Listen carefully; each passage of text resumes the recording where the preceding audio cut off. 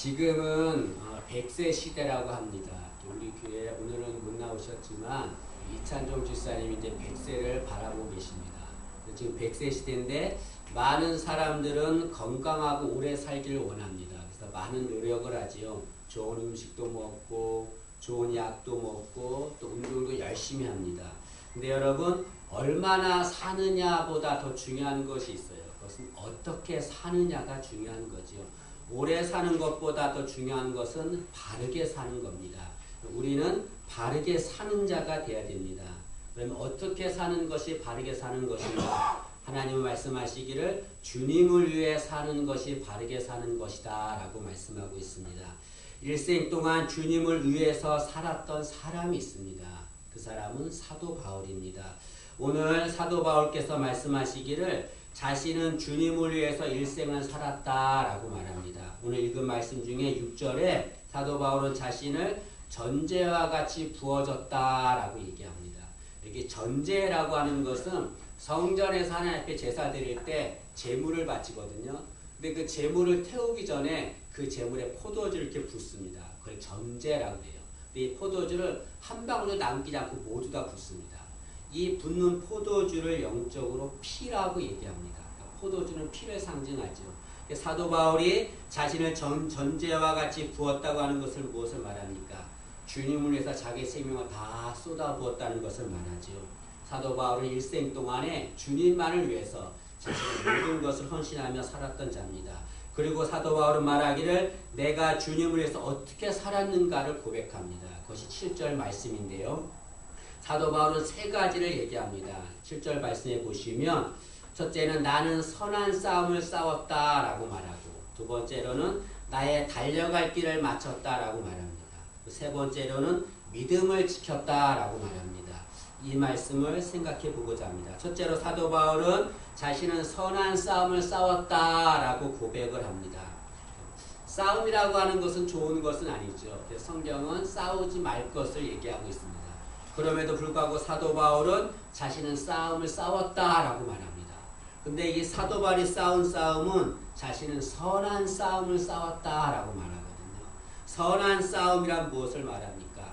주님을 대적하는 세력과 싸웠다는 걸 말합니다. 다시 말하면 주님을 위해서 싸운 싸움, 이것이 선한 싸움이다라고 말할 수 있습니다. 사도 바울은 주님을 위해서 일을 했습니다. 주님에서 일할 때에 사도 바울이 일하는 것을 방해하는 세력들이 있었습니다. 여러분, 사도 바울이 사역하는 것을 대적하는 것은 그 주님을 대적하는 것과 같았습니다. 사도 바울은 그 대적과 싸운 거죠. 여러분, 싸움이 어떤 겁니까? 내가 상대방을 무너뜨리지 않으면 내가 무너지는 거예요. 사도 바울이 자신을 대적하는 세력들과 싸우지 않으면 사도 바울은 무너질 수밖에 없고 주님의 사역을 감당할 수 없게 되는 겁니다. 그래서 사도 바울은 죽음을 무릅쓰고 그들과 싸웠다라고 얘기합니다. 그리고 사도 바울은 말하기를 나만 싸움을 싸우는 것이 아니라 너희들도 우리도 선한 싸움을 싸우라라고 얘기합니다. 디모데전서 6장 12절에 이렇게 말합니다. 사도 바울이 믿음의 선한 싸움을 싸우라, 영생을 취하라. 이를 위하여 내가 부르심을 받았고 많은 증인 앞에서 선한 증언을 하였도다. 사도 바울 우리에게 너희는 믿음의 선한 싸움을 싸우라 라고 말합니다. 왜냐하면 이것을 위해서 너희가 부르심을 받았기 때문이다 라고 말하고 있습니다. 사도 바울의 말처럼 우리는 선한 싸움을 싸우며 살아야 합니다. 그러면 어떤 싸움을 싸워야 합니까? 우리가 싸워야 할 것이 있어요. 세 가지를 생각해 보고자 합니다. 첫째로 우리는 죄와 싸워야 합니다. 여러분, 죄하고 왜 싸워야 합니까? 죄는 하나님과 우리를 원수되게 만드는 거거든요. 여러분, 죄를 우습게 보면 안 됩니다. 이 작은 죄라도 그 작은 죄가 하나님과 나를 원수되게 만드는 거죠. 우리는 이 죄와 싸워야 합니다. 히브리서 12장 4절에 이렇게 말합니다. 너희가 죄와 싸우되 아직 피 흘리기까지는 대항하지 아니하고 라고 말합니다. 이 말은 무슨 말입니까? 우리가 죄와 싸울 때에 피를 흘린 만큼 생명을 걸고 싸우라, 그런 말이겠죠. 여러분, 우리는 죄와 싸우는 자가 되어야 할 것입니다. 또한 우리는 사탄과 싸워야 합니다. 독자는 말하기를 사탄은 실존 인물이 아니다라고 말합니다. 가상 인물이다, 만들어낸 인물이다 라고 얘기합니다. 그러나 여러분, 사탄은 실존하는 인물입니다. 이 사탄은 태초부터 우리 믿는 자들을 죽이려고 공격합니다. 아담과 하와가 타락한 이유가 무엇입니까? 사탄이 그들을 공격하고 유혹했기 때문에 그렇습니다. 심지어 그 사탄은 주님께서 금식하시고 나자 그 주님에게까지 공격한 자입니다. 주님은 그 사탄과 싸웠지요. 성경은 말하기를 베드로전서 5장 8절에 근신하라 깨어라 너희 대적 마귀가 우는 사자같이 두루다니며 삼킬 자를 찾는다라고 말합니다. 지금 사탄이 삼킬 자를 찾아다니고 있습니다. 내가 그 사탄의 공격 대상이 될 수 있습니다. 우리는 그 사탄과 싸워야 합니다. 사탄은 우리 인생을 멸망시킵니다. 우리 가정을 멸망시키고 우리 교회를 멸망시킵니다. 여러분 질병 때문에 고통당하는 이들이 있습니다. 질병이 생기는 이유가 여러 가지가 있겠죠. 그 중에 하나가 사탄 때문에 그런 질병이 생길 수가 있습니다. 가정이 분열되는 경우가 있습니다. 그 이유가 무엇입니까? 여러 이유가 있지만 사탄이 거기에 개입했기 때문에 그럴 수 있습니다. 교회가 무너지는 것도 사탄이 개입하기 때문에 그렇습니다. 이 사탄과 싸워서 사탄을 물리치지 않으면 우리 인생은 상처를 입습니다. 우리 가정도 상처를 입고 우리 교회도 상처를 입게 됩니다. 우리는 이 사탄과 싸워야 합니다. 또한 우리는 우리 자신과 싸워야 합니다. 여러분 싸움 중에서 가장 어려운 싸움이 뭐겠어요?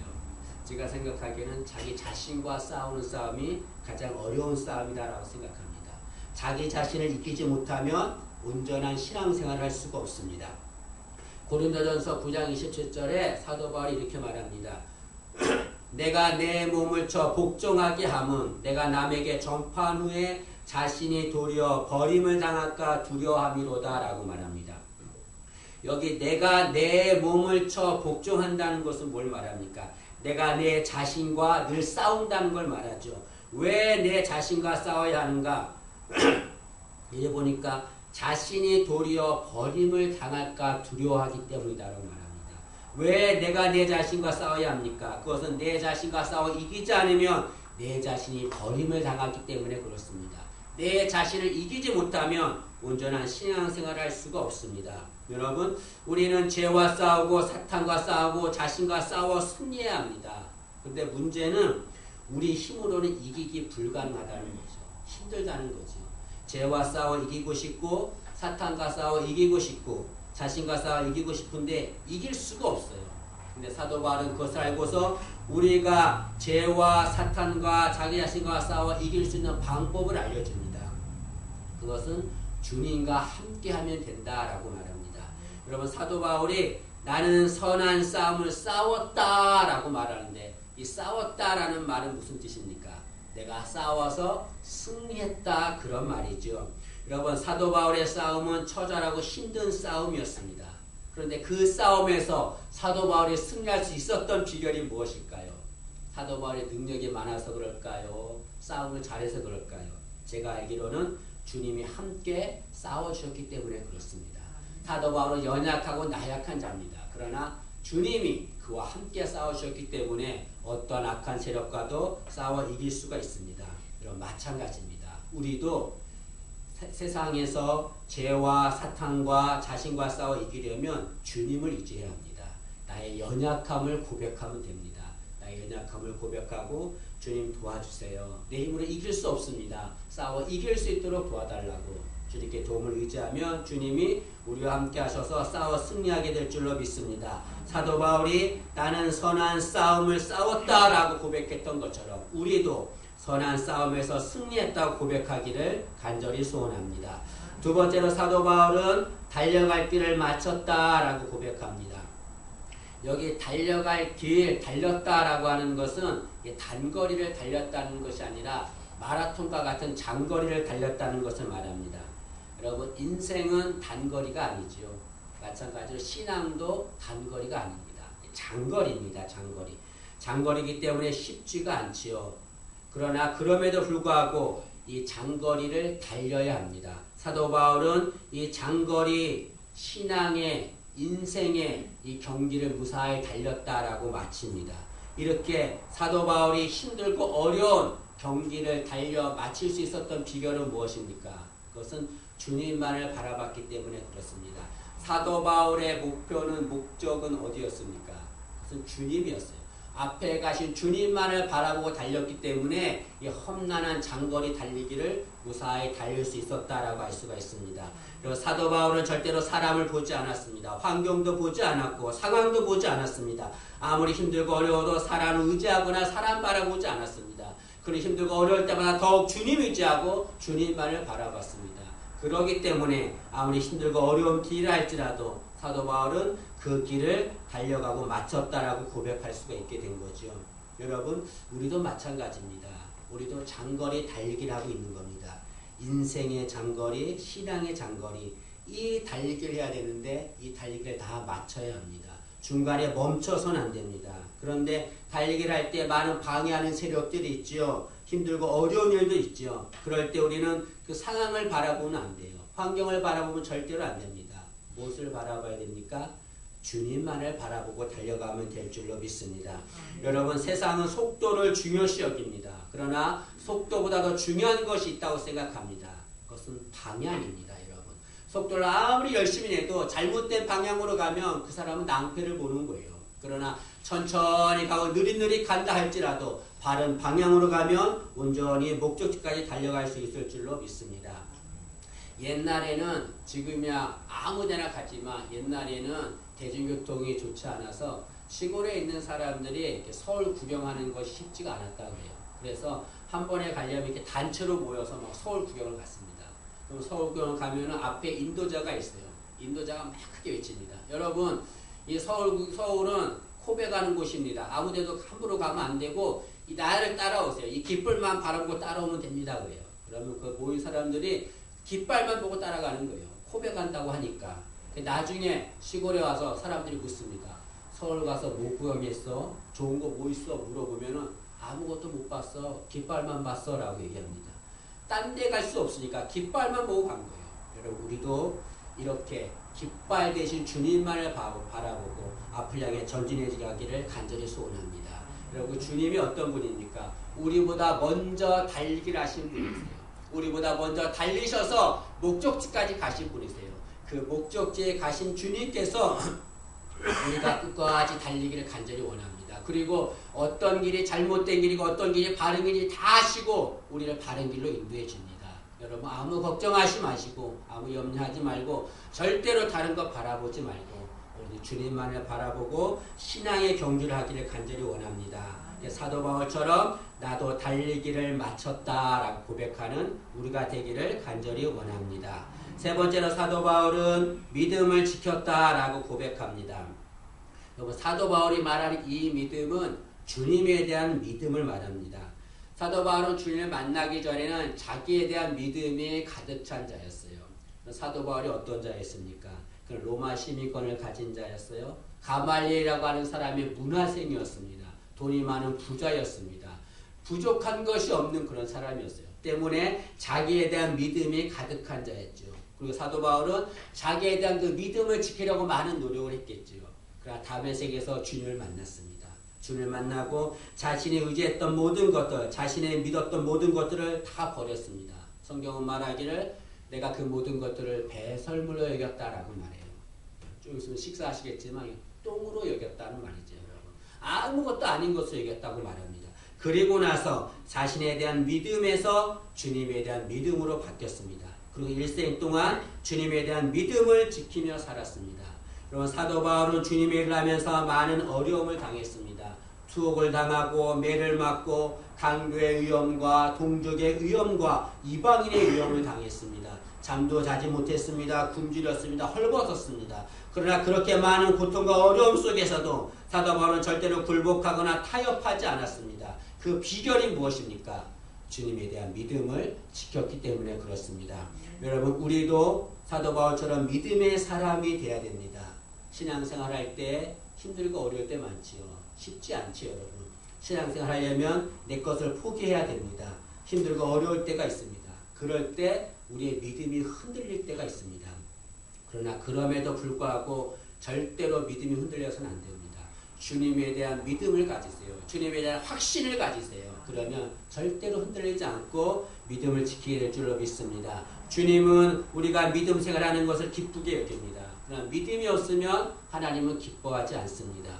히브리서 11장 6절에 말하기를 믿음이 없이는 하나님을 기쁘시게 하지 못하나니 라고 말합니다. 여러분 신앙생활에서 모든 것이 중요하지만 가장 중요한 것은 믿음입니다. 여러분 믿음이 하나님을 기쁘게 합니다. 우리도 사도 바울처럼 나는 믿음을 지켰다라고 고백하기를 간절히 원합니다.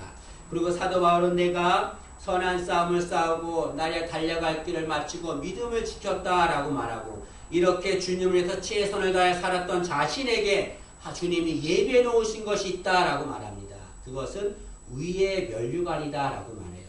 그럼 8절 말씀을 보시죠. 8절에 보면 이제 후로는 이 말은 7절 말씀을 다 한 후로는 나를 위하여 의의 면류관이 예비되었으므로 라고 말합니다.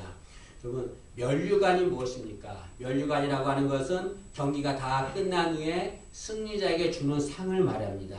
아무리 실력 있고 아무리 열심히 경기를 잘했어도 중간에 포기한 자에게는 절대로 면류관은 없습니다.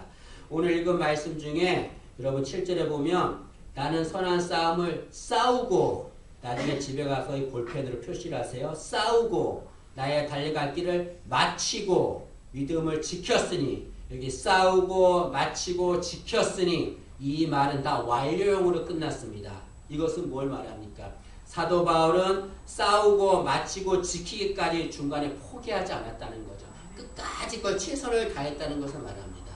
이렇게 끝까지 주님을 위해 포기하지 않고 헌신을 다한 사도 바울에게 주님께서 면류관을 주신다라고 말합니다. 이 면류관은 주님이 직접 주신다라고 말합니다. 여러분 주님께 면류관을 받는다는 것은 영광스러운 일이죠.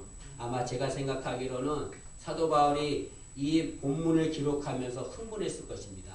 내가 세상에서 그렇게 힘들고 어렵게 주님을 위해 헌신했는데 내가 주님 앞에 갔을 때 주님께서 나를 위해서 내가 가면 잘했다 바울아 잘했다 하면서 내게 면류관을 씌워줄 그걸 생각하면서 가슴이 벅찼을 것입니다.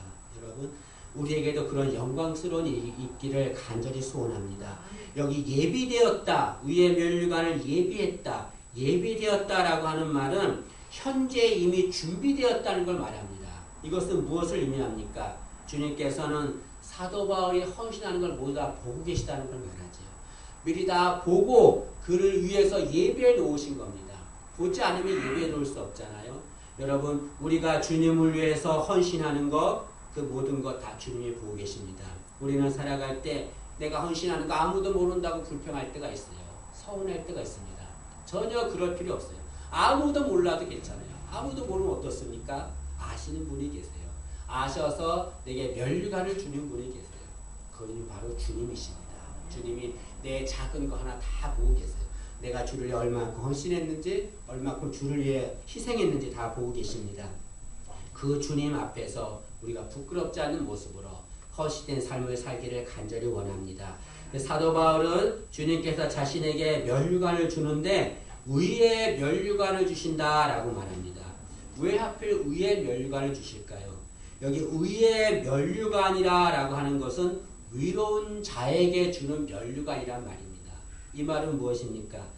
주님께서 사도 바울을 무엇으로 인정했다는 거죠? 위인으로 인정했다는 걸 말합니다.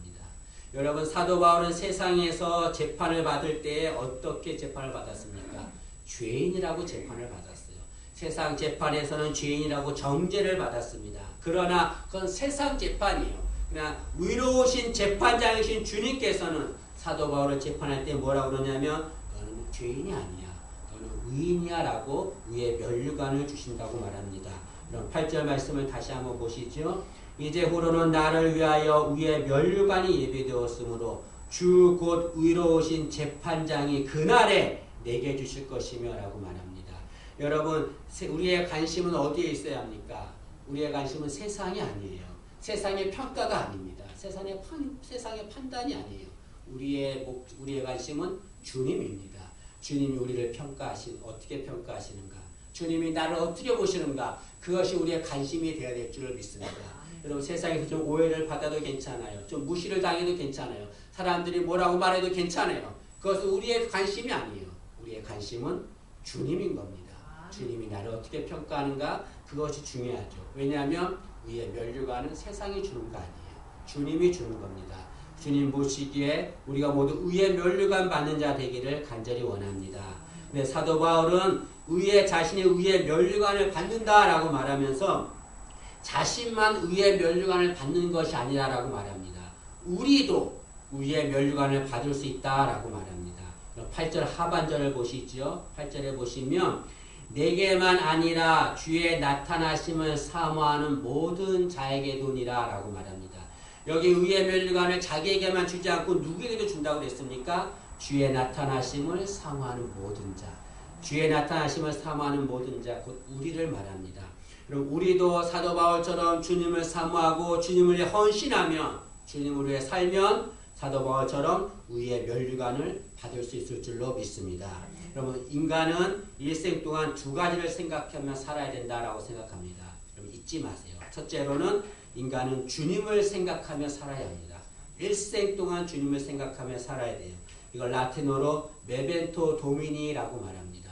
여러분, 우리가 주님을 생각하지 않고는 신앙생활할 수가 없지요. 일생 동안 주님을 생각하며 살아야 합니다. 두 번째로는 죽음을 생각하며 살아야 합니다. 이걸 라틴어로 메벤토 모니라고 말합니다. 여러분, 왜 죽음을 생각하며 살아야 합니까? 죽음 후에 우리가 어디에 섭니까? 심판대 앞에 서는 거예요. 위로 오신 재판장이신 주님 앞에, 그 심판대 앞에 우리가 설 것입니다. 그리고 주님께서 우리가 세상에 행한 모든 것을 다 보시고 우리 행한 대로 주님이 심판하실 것입니다. 사도 바울처럼 내가 주님 앞에 헌신을 다했으면 주님께서 우리에게 위에 면류관을 줄 줄로 믿습니다. 여러분, 우리 주님 앞에 섰을 때에 사도 바울처럼 주님께 칭찬받기를, 의의 면류관 받기를 원합니다. 세상에서 힘들고 어려웠던 거, 남들에게 눈물 흘렸던 거 주님 다 알고 계세요. 그러나 주님 앞에 갔을 때에 부끄럽지 않은 모습으로 서면 잘했다, 내가 다 보았다 하면서 우리에게 의의 면류관 줄 줄로 믿습니다.